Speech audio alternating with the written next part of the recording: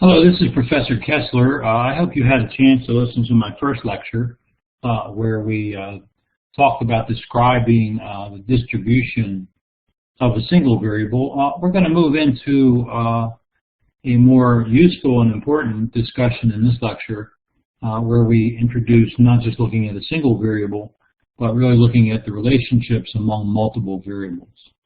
The previous lecture started by saying that one of the things that we as analysts try to do is when presented with a set of data, whether we collected that data ourselves or whether we were provided with that data, is to be able to sort of, as I said in the first lecture, poke through the data and try to make sense out of what we have, and to ask ourselves what intelligent conclusions can we make about the data that we have at hand. And so we talked in that first lecture about a number of ways of doing that. We talked about the definitions, a data set, comprised of a set of variables, which are your values, your fields. And then each field or each set of variables are comprised of different observations. So if I get one survey back that has 12 questions on it, I have one observation with 12 variables. And so we talked about that in our first lecture.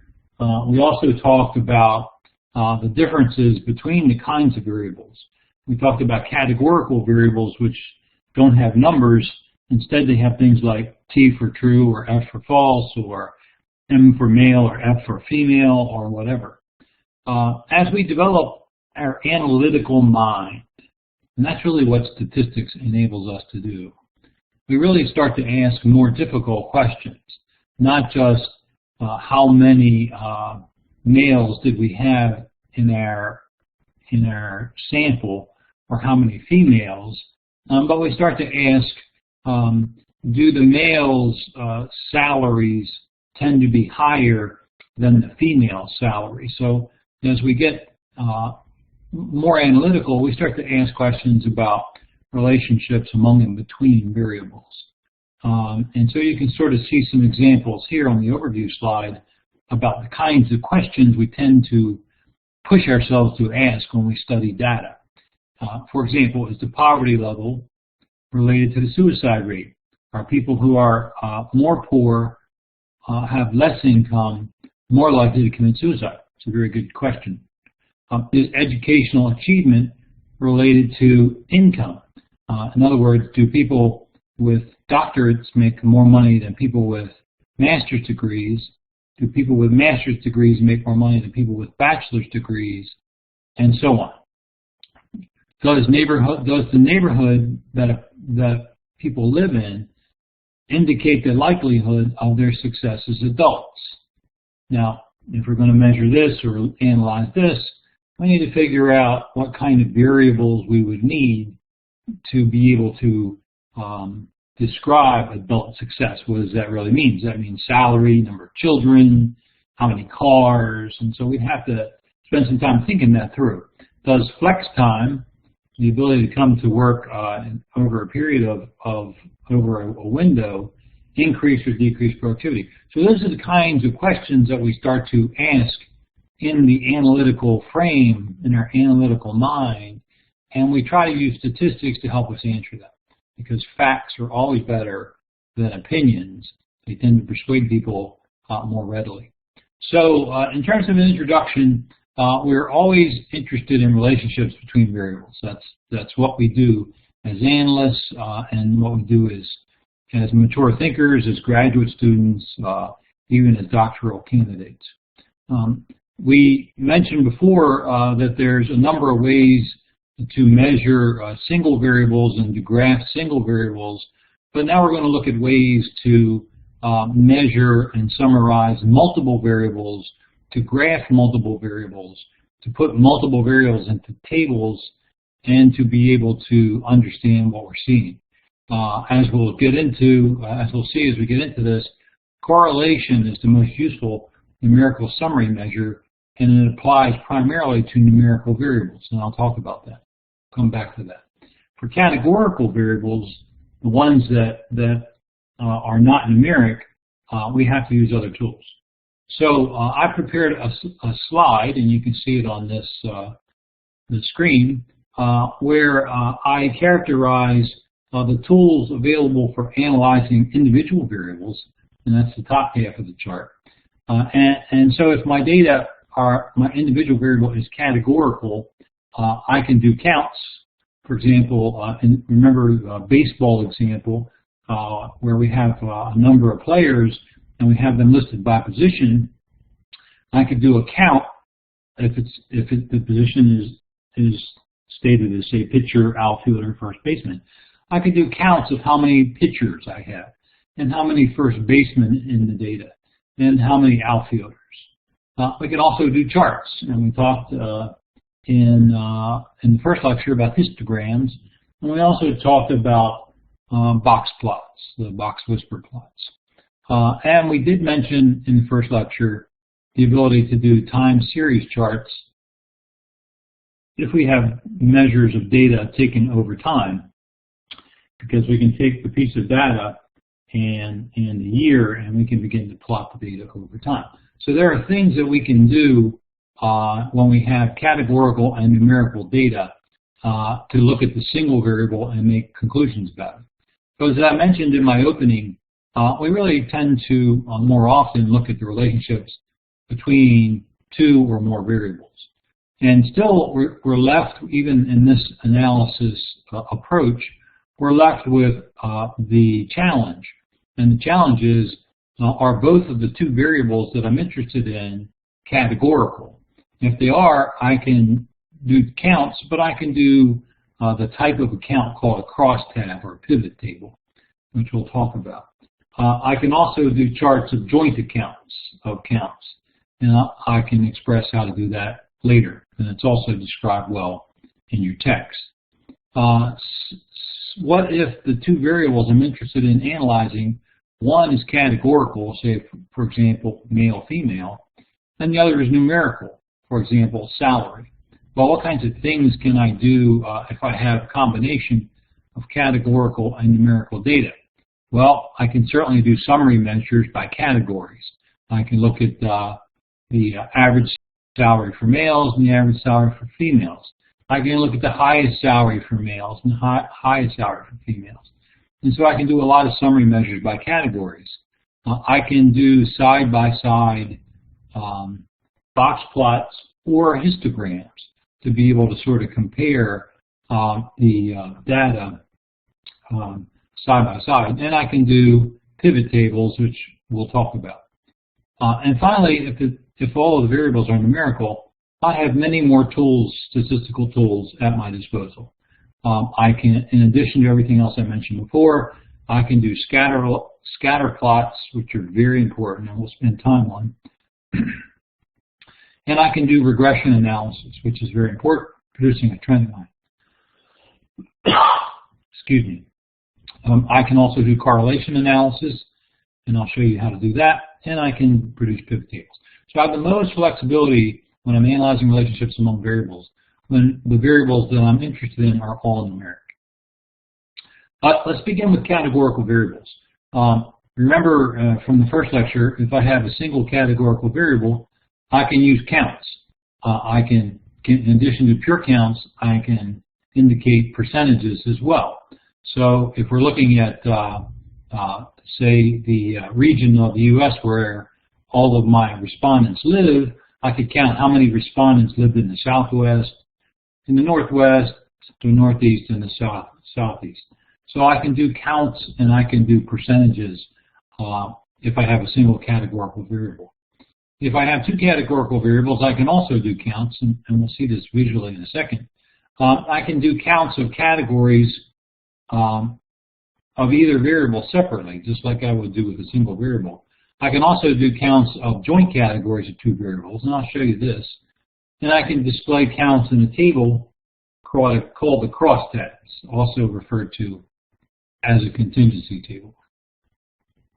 So, for example, if I am looking at two categorical variables, whether a person smokes or not, and whether a person drinks or not, I can do a number of things. So if the objective is to explore the relationship between smoking and drinking, recognize that both of these categories, smoking and drinking, are categorical. They're not numeric. And so I can create a table of counts, and I'll show you that in a second. And I can also create histograms, as you can see below here. And so if you take a look at the leftmost diagram, you'll see that in terms of non-smokers, in my percentage of respondents, that I've got a high percentage of non-smokers who are non-drinkers. You can see the dark plot here. And then you can see that I have a moderate percentage of non-smokers who are occasional drinkers, and then I have 30% of my non-smokers are heavy drinkers. Now, if you come over to the other chart on the other side, you get some very interesting results. If you look at the bottom where you see heavy drinking, and you look at the bright blue, which is heavy smoking, you can see that there's a correlation here that 50% of my heavy drinkers are also heavy smokers. And so that's pretty significant information. So by generating side-by-side histograms, I'm able to really analyze the data and the relationships among the data. Now, here's the raw data here on this slide. You can see the people are numbered, and assume that the people continue on and on, because there's actually 8,761 rows in this table. It only goes down to 21. And NS indicates a non-smoker, and OS is an occasional smoker, and an HS is a heavy smoker. For drinking, occasional drinker, heavy drinkers, and non-drinkers. Now, if you want to be able to draw conclusions about this, you could just go through and say how many of the 8,761 are non-smokers, and you can just count that, and how many are occasional smokers, and how many are heavy smokers. But we get our more interesting data when we start to look at the data in multiple dimensions. So using a function, which I'm going to show when I do my Excel presentation, I used an Excel function called COUNTIFs, and I was able to generate counts from these two columns here. And again, I'll show that in a different lecture.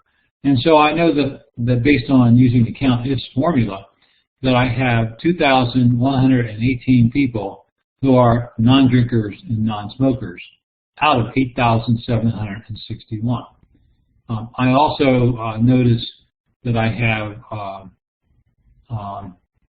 in terms of heavy smokers, you can see of the respondents, 163 of the heavy smokers don't drink, but 733 of the heavy smokers are also heavy drinkers.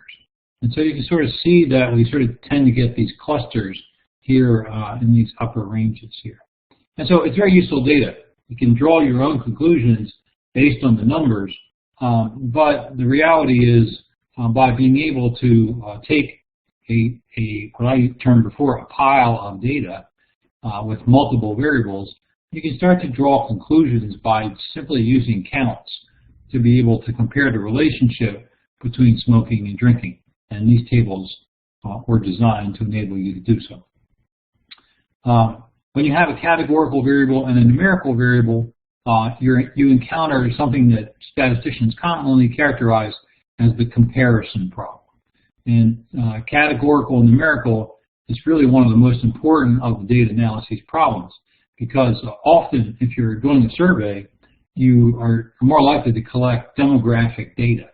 And demographic data are generally categorical, like, are you male or female? What is your profession? What grade of school did you achieve? And then we're likely to have other data that's more likely to be numerical, and we want to be able to structure the numerical data according to these different demographic categories. And so this is a very common type of a situation. In the examples here, you can see if I collected a male-female piece of data and I collected their salaries, I often want to do analysis of the comparison of male salaries to female salaries. If subpopulations are in different regions of the country, and I also have the cost of living in those different regions of the country, I can do analysis as well. And then a subpopulation days of the week, and a numerical measure might be number of customers frequenting a fast food chain. It's very useful to know which days of the week the visits are lower and which days of the week they're higher if, in fact, you're analyzing fast food customers and utilization. So those are the kinds of analyses we do when we have categorical and numerical variables. I do want to mention this important topic here, and I'll show you a picture in a second. You're going to run into this term, stacked and unstacked data, whenever you try to run your statistical packages. And I just don't want you to get confused about it. Most of the data that we encounter or that we put into our spreadsheets is going to be unstacked. And I'll show you a picture in a second because I think that'll help clarify it. But this is a really important concept because when you run a statistical operation, often the statistical package is going to want to know whether your data is stacked or not stacked. So, for example, data are stacked if there are two variables, for example, gender and salary. And if the male and female salaries are in the same column, and then there's another column that indicates male or female, that's usually considered stacked. However, you'll usually see data in the unstacked format where you'll have separate columns for male and female. But let me show you a picture of stacked and unstacked so you'll see. If your data, it looks this way. If you have your categorical variables in one column side by side with your numerical values, that's considered stacked.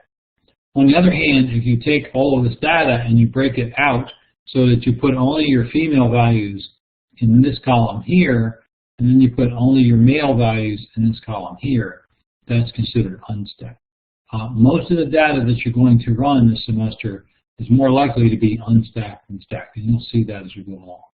I just wanted to mention that so when the statistical package comes up and you go to select the tool and it says unstacked, that you have a sense of that really determines how the data is structured in the columns.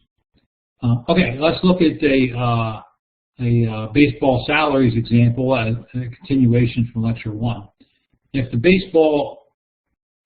If my objective is to break down baseball salaries by various categorical variables, I can start first by creating side-by-side plots. And so what you'll see in this example here is for the pitchers, the baseball pitchers, you can sort of see how their salaries are stacked. And then you can sort of compare this box plot here to the box plot below where pitcher is equal to no. And so you can see that the salaries tend to be a little higher for the non-pitchers. And there are reasons for that, but we'd have to investigate what the reasons were. Now let's talk about relationships among numerical variables. With numerical variables, we can do lots of interesting things. We can look at something called correlation, and we can also do scatter plots. And scatter plots are going to be extremely important as we go forward. When you listen to my lectures on regression analysis, you're always going to begin your analysis of multiple variables by first doing a scatter plot. And I'll show you what a scatter plot looks like in a second. So let's have an example here. We want to use a scatter plot to look for relationships among multiple variables in the golf data. And so here are some examples. You can see here in this diagram below that I've produced a scatter plot, and what I'm comparing is the yards of a person's first hit from the tee box and their driving accuracy. And so what this says, across the bottom line, it says how accurate am I when I hit my driver, and this line here says do I tend to hit the ball further or shorter when I hit my first shot? And so you can sort of generally tend to see that the people who hit the ball the furthest, for example, 300 yards here, tend to have the lowest amount of accuracy. Whereas the people who tend to hit the ball the shortest distances tend to be more accurate. And each one of these little data points here is one of the values from the table of golfers that tells me where all the different scores are. So I plotted all the data points. I asked the statistical package to create a trend line. This is the trend line, which runs through the middle of the data. And so I know certain things about this. I know that there's an inverse relationship here. That's because it's moving from left to right in a decreasing manner. I know that the longer you hit the ball, the less accurate you are. And the shorter you hit the ball, the more accurate you are. And this would be true of my wife and I, because she tends to have less distance, but she hits the middle of the fairway every time. Whereas big, mighty man gets up here, tries to crush the ball, and who knows where it goes, probably in the trees or the woods or the water. But the accuracy is lower. So these scatter plots are going to be very important to us. And again, when I do my lecture on Excel and statistical methods shortly, I'll show you how scatter plots work. So I'd like to talk to you about one of the statistical methods that is the very first statistical method we turn our attention to when we have two numeric variables. If we have two numeric variables, I can ask myself, what's the correlation between these two variables? So, for example, and I always tell adults, they should correlate a student's grades in school, which are numeric, and a student's allowance, which is numeric. And so if I were able to plot this using a correlation, if I had enough data observations from a number of students, we could see if there's a relationship between allowance and grades. And so if I were to run the correlation test, which again I show in the Excel lecture, I would get some information back. And the answer, the correlation coefficient that I would get back, the number, would be somewhere between +1 and -1. It could be 0, it could be -0.2, it could be +0.7 or whatever. And so you as an analyst have to know what the definition or what the meaning of the correlation coefficient is. And so when you get this number back, you need to be able to understand it. And so here are the various things on this slide that you need to understand. Number one is the closer you get to plus or minus 1, the stronger is the relationship between the two variables. So if I were to run a correlation on grades and allowance, and if I had very strict parents in my sample, I might find a very strong correlation. I might find that as the grades go down, the allowance goes down. Or as the grades go up, the allowance goes up. And so that's considered a strong relationship if it gets close to 1, and it's considered a positive relationship if it's close to +1. Positive meaning that when one variable goes up, the other goes up. On the other hand, if I'm measuring something different, I might come up with a -1, which shows me that when one value goes up, the other value tends to go down. And so understanding this correlation coefficient is extremely important, and we'll get into this in future discussions, and again, I'll show this in the Excel lecture. Correlation coefficient, it's a single number, it's a summary from, you get it whenever you run a scatter plot chart. It's always a very useful piece of data to know. It shows you how correlated the data are. Now you remember on that example I showed a short while ago about the golf drives and the accuracy, if all the data points are very close to that line, that means I have a very tightly correlated, highly correlated piece of data. And the more those data points scatter away from that trend line, the closer I'm getting to 0 rather than 1. If I get all the way to 0, if I have 0 correlation between my two variables, that means that I have no relationship, and so that's useful to know as well. recognize that the correlation does not convey as much information as the full scatter plot, but still that correlation coefficient is very useful. Correlations near zero indicate no relationship. Closer to +1, a strong positive relationship, meaning they both move in the same direction. And closer to -1, a strong inverse relationship, meaning that as one goes up, the other one goes down.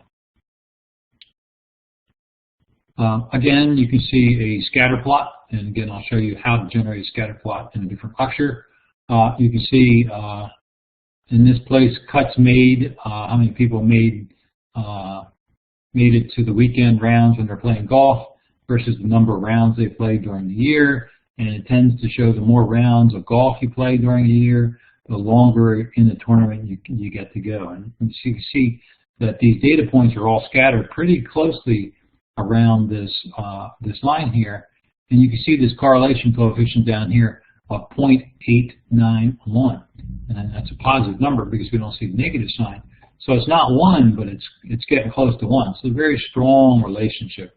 And correlation enables us to know that. We're getting close to the end here. I only have a couple of slides. One of the things that I want to show in my Excel lecture is how to generate a pivot table. Pivot tables are extremely important. They're very useful, especially when we have categorical data. And they're easy to use, and I want to really show you how to do that. So I'll come back to showing you exactly what a pivot table is. But what I'm able to do when I have long columns of data is I'm able to come back and take those long columns of data and display them in smaller tables. And I'm able to include in those tables things like counts and sums and averages and percentages. And I'll show you what that looks like when we get into the Excel lecture. This is an example of pivot table. Imagine a very long spreadsheet with indication of whether one of the observations is in the Midwest and the total cost for whatever that observation is. And you can sort of see that I've got a afternoon in the Midwest. I've got a total cost of $3,187. So this is basically just a summarization of a large number of data in a very short pivot table. And I'll show you pivot tables in the next lecture. We'll come into this specific pivot table operations. Rather than for me to go through it now, I'll go through it when we get to our pivot table demonstration. So, find relationships among variables is huge. It's what we do. Everything that you study from here forward is really going to be about understanding the relationship between multiple variables, 2 or more. Everything you do in statistics is going to be focused in that direction. We've learned a number of statistical methods. We've learned how to use counts. We've talked about pivot tables, but you haven't really seen them yet. And in the Excel lecture, I'll show those. We understand that what tools we use in statistics depends on whether the data we have is categorical or numerical. It's extremely important. Nominal and ordinal data are categorical. Interval and ratio data are numerical. And so it's very important to understand our data and to be able to know what our data is all about, so we can then decide what methods we use. Then when we start looking at the data, we initially start with some basic things. We try to count the data. We use measures of central tendency if it's numerical data. We look at the mean, median, and mode. We can look at standard deviation if it's numerical data. We can use things like pivot tables to be able to give us a different view. We can summarize, we can do averages, we can do a lot of very interesting things if we have some categorical variables and some numerical variables. So our discussion in the second lecture is really all about being able to begin the process of analyzing multiple variables and comparing the relationships between and among those variables. Now we're going to pick up from here and go on. This was just sort of a very preliminary discussion. My next lecture is really going to be all about Excel, and I'm going to use a package called StatTools. So I'll show some of the methods in those packages.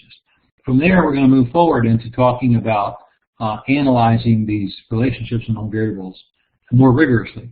We're going to talk about something called a t-test, an analysis of variance, and a chi-square.